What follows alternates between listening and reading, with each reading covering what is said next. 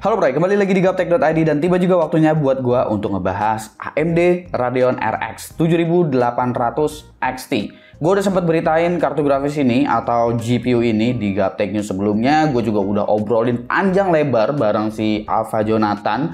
Videonya 1 jam lebih nge-breakdown apa aja fitur baru dari AMD Radeon beserta dengan informasi spesifikasi dari Radeon 7800 XT ini. Harganya juga secara global itu udah diumumin yaitu 499 US dollar dan untuk di Indonesianya itu belum ada informasi resmi dari AMD Indonesia, tapi gue prediksi ini harganya kemungkinan ada di angka 8,9 sampai dengan 9 juta kecil karena ini adalah harga yang sama persis seperti RTX 4060 Ti 16GB.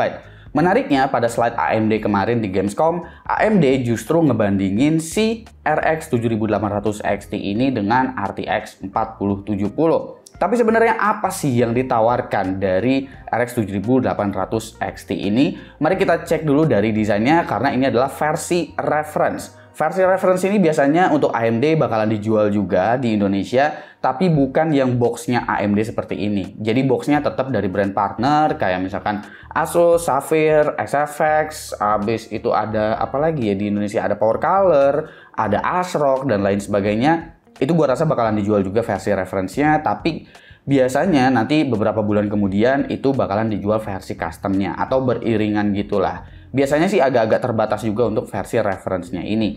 Untuk versi referensinya ini masih mirip-mirip seperti 7900 XTX dan juga 7900 XT.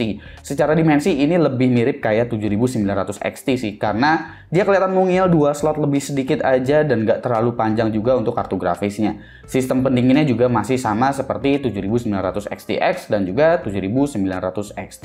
Nggak banyak sih yang bisa gue bahas mengenai desainnya ini, karena kalian juga pasti udah pada tahu desain reference dari Radeon 7000 series ini seperti apa. Di bagian belakangnya itu ada DisplayPort dan juga HDMI, yang dimana DisplayPort 2.1 ini menjadi gimmick jualannya AMD saat ini karena diklaim bisa menjalankan resolusi 8K dengan refresh rate yang tinggi. Padahal ya GPU powernya, processing powernya ya sebenarnya nggak sampai juga, susah juga menuju ke sana. Bahkan 4K pun bukan target dari 7800 XT sebenarnya. Bahkan di slide AMD aja mereka hanya nunjukin benchmark untuk resolusi 1440p atau 2K. Nah, untuk spesifikasi dari RX 7800 XT ini, dia punya RDNA 3 untuk arsitekturnya dan total compute unitnya itu ada 60, jadi cukup gemuk juga untuk compute unitnya di sini. Ray acceleratornya itu sama ya, ada 60 juga dan punya shader clock di angka 3840. Tentunya RDNA 3 udah pasti punya AI accelerator atau Radeon AI dan segala macamnya itu ya. Totalnya itu akseleratornya ada 120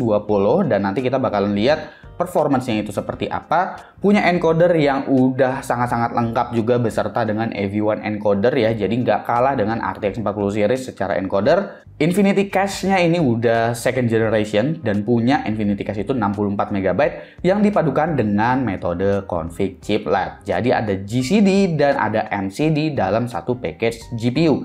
Jadi ini masih menggunakan metode yang sama seperti 7900 XT dan juga 7900 XTX, berbeda dengan RX 7600 yang memang udah di-set menjadi monolitik. VRAM-nya ini ada di 16GB GDDR6 dengan rating 19,5 Gbps, busnya itu 256 bit dan menghasilkan bandwidth sebesar 624,1 GB per second. Bandwidth ini masih lebih besar daripada RTX 4070 yang menggunakan memori GDDR6X. GPU-nya berjalan pada PCIe Gen 4x16 dan memiliki TDP di angka 263 Watt. Menggunakan 2x8 pin PCIe konektor ya, dan AMD merekomendasikan untuk pakai power supply 700 Watt. Ini rekomendasi ya untuk angka 700 Watt, tapi kalau minimumnya sebenarnya 600 atau 650 Watt udah cukup, tergantung spesifikasi lengkap kalian itu seperti apa. CPU-nya itu high-end banget dan makan power banget atau enggak. Contohnya CPU-nya kayak 13900K yang bisa 250 Watt sendiri, otomatis ya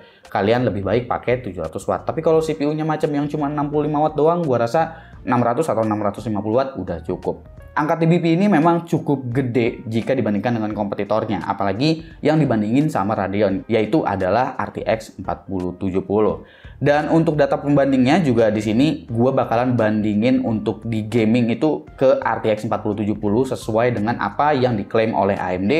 Tapi beberapa data yang memang bisa gue masukin ke benchmark, seperti data Stable Diffusion atau benchmark sintetik, itu bakalan lebih banyak lagi datanya. Dan untuk pengujiannya semuanya sama ya, menggunakan testbed gue seperti biasa, yaitu adalah Intel Core i9 13900K dengan motherboard Gigabyte Z790 Aorus Master, cooling Aorus Waterforce X360, power supply Gigabyte UD1000GM, monitornya Gigabyte M28U, RAM G-Skill Trident Z5 Neo 2x16GB DDR5 6000MHz, dan menggunakan NVMe PCIe Gen 4 SSD 2TB. Kita langsung aja lihat ya untuk performance dari RX 7800 XT ini seperti apa. Apakah udah sesuai dengan klaim yang diberikan oleh AMD pada slide mereka? Mari kita lihat. Oke, sekarang kita lihat performance-nya seperti apa untuk RX 7800 XT ini, dan gua akan mulai dari benchmark sintetik terlebih dahulu. Kita mulai dari 3D Mark V Strike Ultra. Di sini kalian bisa lihat bahwa RX 7800 XT memiliki raw performance yang memang berada di atas dari GeForce RTX 4070 ya. Dan kalau kita ngelihat dari graphics score ini, bahkan dia dikit lagi itu hampir ngedeketin si RTX 4070 Ti. Tapi ingat, ini adalah benchmark sintetik aja. Di real world skenario, di gaming nanti, itu mungkin bisa menghasilkan performance yang berbeda. Selanjutnya ialah Trademark TimeSpy Extreme. Skornya itu mirip-mirip seperti RTX 3080. Nggak berbeda jauh juga seperti RTX 4070 12GB ya. Selisihnya kurang lebih sekitar 400 poin aja. Jadi kurang lebih ya masih bisa dibilang on par dengan RTX 4070. Cuma kalau kita bicara mengenai performance ray tracingnya ini untuk RX 7800 XT memang masih ada sedikit di bawah RTX 4070 12GB. Selisihnya nggak begitu jauh sih, tapi memang lagi-lagi Radeon memang belum bisa benar-benar mengejar kemampuan ray tracing dari RTX 40 series. Selanjutnya adalah productivity benchmark. Yang gua tes di sini adalah Adobe Premiere yang pertama, dengan project yang memang biasanya gue pakai untuk benchmark laptop dan segala macam. Di sini gue ekspor ke YouTube 4K. Untuk yang Nvidia menggunakan CUDA, yang Radeon itu menggunakan OpenCL.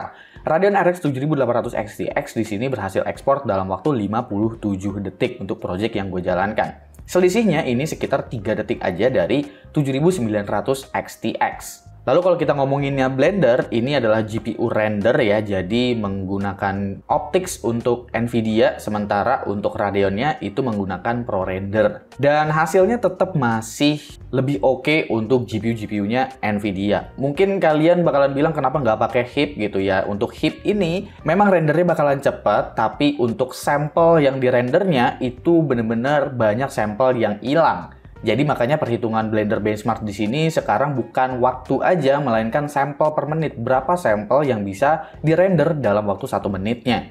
Dan hasilnya ya 7800 XT di sini masih punya skor yang bahkan lebih rendah daripada RTX 4060. Kita langsung masuk ke pengujian gaming dan bakalan ada 2 resolusi, yaitu 4K dan juga 2K. Kita masuk ke Cyberpunk 2077. Di sini kalian bisa lihat chartnya. Gue udah masukin yang native yang mana, yang menggunakan DLSS plus ray tracing itu yang mana. Untuk Radeon tentunya menggunakan FSR. Di sini raster performance-nya untuk RX 7800 XT ternyata memang bener lebih kenceng daripada RTX 4070 ya. Tapi semisal kita pakai itu FSR dan ray tracing-nya nyala, itu masih tetap belum bisa ngejar RTX 4070 dan selisihnya cukup jauh. Sementara untuk 4070, baik native ataupun menggunakan ray tracing dibantu dengan DLSS 2 quality, itu hasilnya kurang lebih performance-nya masih sama aja. Jadi kayak nggak ada pengaruh gitu, mau native ataupun menggunakan ray tracing dengan DLSS. Pada resolusi 2K-nya, di sini juga 7800 XT masih unggul, dan unggulnya ternyata lumayan juga ya untuk 7800 XT ini pada resolusi 2K native di game Cyberpunk 2077. Tapi ketika kalian menggunakan ray tracing, bahkan dengan FSR 2.1 quality sekalipun, ini kalian tetap masih belum bisa ngejar performance native dari RTX 4070. Jadi rasternya memang kencang. Selanjutnya adalah game Deathloop dengan resolusi 4K. Di sini untuk resolusi native RX 7800 XT masih berada sedikit di bawah dari RTX 4070 ya. Jadi raster performance-nya di sini kali ini kalah. Dan apabila menggunakan FSR 2 quality dengan ray tracing on, 4070 masih unggul jauh di sini dan peningkatannya juga nggak segitunya signifikan apabila kalian menggunakan FSR 2 quality dengan ray tracing yang dihidupin pada game ini. Di resolusi 2K-nya, RTX 4070 di sini unggul juga sedikit, baik itu menggunakan DLSS dengan ray tracing ataupun tanpa ray tracing dengan resolusi native. Selisihnya masih terpaut kecil sih, cuma 5 fps dari 130 fps aja. Jadi rata-ratanya di 125 apabila resolusinya native. Dan kalau kalian pakai FSR 2 quality, ray tracingnya nyala, itu performance-nya nggak naik tapi sedikit turun justru. Jadi mungkin FSR-nya harus diturunin ke mode performance atau ke mode balance. Game selanjutnya adalah Far Cry 6. Untuk game ini, Radeon cukup unggul kemampuan ray tracing-nya, tapi selisihnya memang sangat-sangat tipis. Anggap aja ini run variation dan masih bisa dianggap juga kalau performance-nya itu on par dengan RTX 4070. RX 7800 XT juga di sini unggul lagi-lagi untuk performance pada resolusi native alias restart performance-nya masih tetap lebih baik dari RTX 4070 di game ini. Di resolusi 2K-nya, pada resolusi native di sini juga RX 7800 XT masih unggul ya. Bahkan kalau kita menggunakan ray tracing, FSR-nya di set di ultra quality, itu masih tetap lebih unggul daripada RTX 4070 dengan ray tracing yang hidup dan juga FSR ultra quality. Di game ini nggak ada DLSS, jadi 4070-nya untuk upscalernya gue menggunakan FSR ultra quality. Game selanjutnya yaitu adalah Hogwarts Legacy. Pada game ini, apabila kalian menggunakan FSR 2 quality dengan ray tracing ultra, ini kemampuannya benar-benar on par banget dengan RTX 4070 yang juga sama-sama menggunakan upscaler DLSS 2 quality dengan ray tracing yang di set ultra juga. Dan untuk kemampuan native-nya di sini 7800 XT masih lebih unggul, meskipun lagi-lagi tipis ya unggulnya, cuma selisih 3 fps aja di Hogwarts Legacy pada resolusi 4K.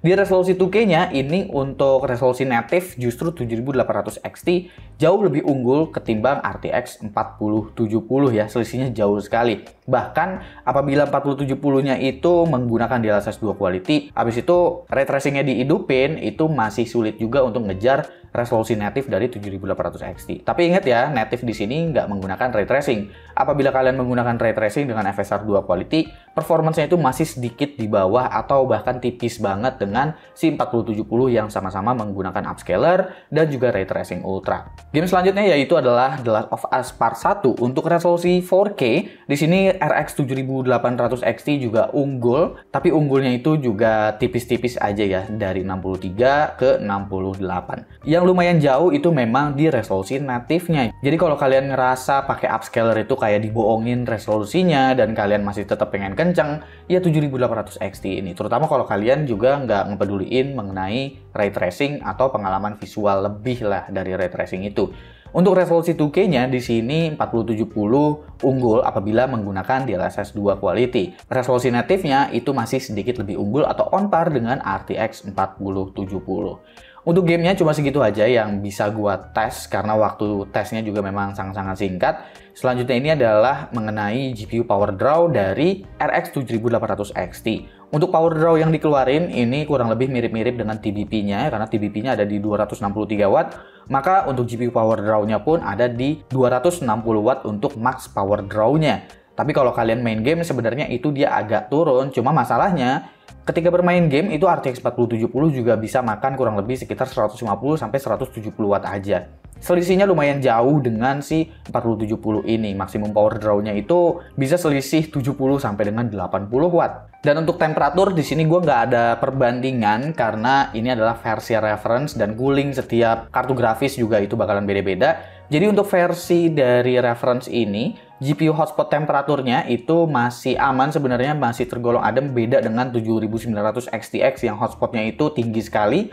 Memory junction temperaturnya juga untuk versi reference, untuk sebuah reference ya, ini juga masih sangat-sangat baik di 90 derajat yang dimana GDDR6 dengan rating yang setinggi ini biasanya tuh udah bakalan nyentuh di 100 derajat Celcius. Dan untuk GPU temperatur itu masih ada di 74 derajat Celcius untuk maksimum loadnya. Tapi idle-nya justru di sini yang memang cenderung tinggi untuk sebuah GPU di kelas ini. Lalu benchmark selanjutnya ialah AI Generative Image menggunakan Stable Diffusion.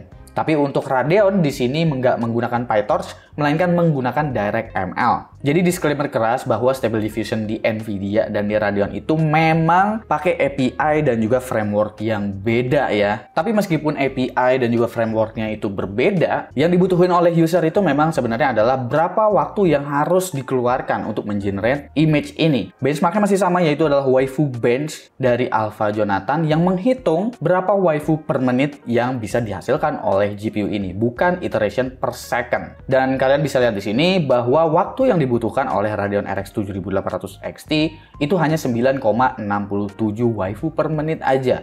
Ini angka yang jauh lebih rendah daripada RTX 3060 12 GB.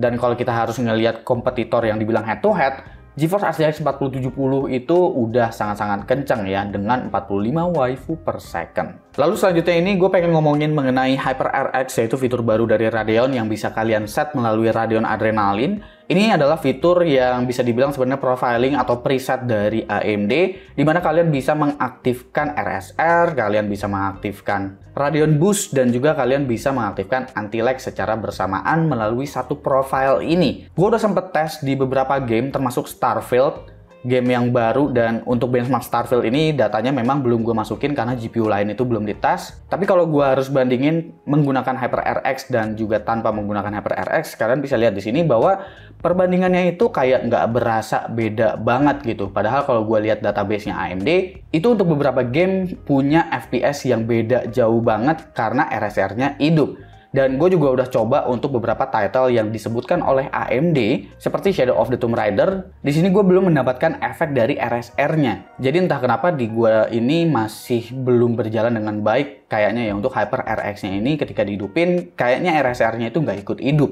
Tapi kalau gue harus buka data dari pengujiannya AMD untuk beberapa game seperti Shadow of the Tomb Raider, Cyberpunk 2077, Fortnite, dan juga Apex Legends ini, kalian bisa lihat datanya bahwa ada perbedaan di situ, baik FPS-nya ataupun latency-nya. Di sini gue juga belum tahu ya AMD ngetes latency-nya ini sebenarnya pakai apa, karena di HW Info sendiri itu untuk pengukuran latency dari game belum ada, kecuali ya di Nvidia itu udah ada tools khusus yang memang buat ngasih lihat latency-nya itu jalan di berapa. Oke, kita masuk di bagian harga dan juga kesimpulan. Sebenarnya harga di awal gue udah spill sih ya, bahwa harganya 499 US dollar, dan ini harga yang sama persis seperti 4060 Ti 16 GB.